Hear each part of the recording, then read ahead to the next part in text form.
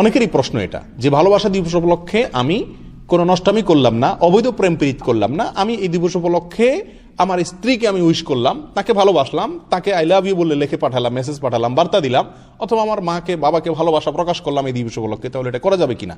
উত্তর হলো না, কখনো এটা করা যাবে না। এটা করা একজন মুমিনের জন্য কোনো অবস্থাতে জায়েজ নাই। অন্যায়কে প্রতিষ্ঠা করা, অন্যায়কে প্রচার করা, অন্যায় গা বাসানো, অন্যায়কারীদের সঙ্গে সাদৃশ্য গ্রহণ করা, এটা তাদের দলভুক্ত হওয়ার একটা অন্যতম উপায় এবং মাধ্যম। অতএব ভালোবাসা যদি আপনার বৈধ ভালোবাসা হয়, সেটা প্রকাশের জন্য এই 14ই ফেব্রুয়ারিকে ঠিক করা, ভালোবাসা দিবস নামের ভণ্ডামির দিবসকে ঠিক করা, নষ্টামির দিবসকে আপনার ভালোবাসা প্রকাশের জন্য ঠিক করা, এটা নবী আলাইহিস সালামের কি না? সুন্নাত না। নবী আলাইহিস সালামের সুন্নাত তো হলো যে আপনি যদি কাউকে ভালোবাসেন তো তিনি বলেছেন তাকে তাৎক্ষণিক জানায় দেন, 14 ফেব্রুয়ারি পর্যন্ত অপেক্ষা করেন না আই লাভ ইউ বলবেন।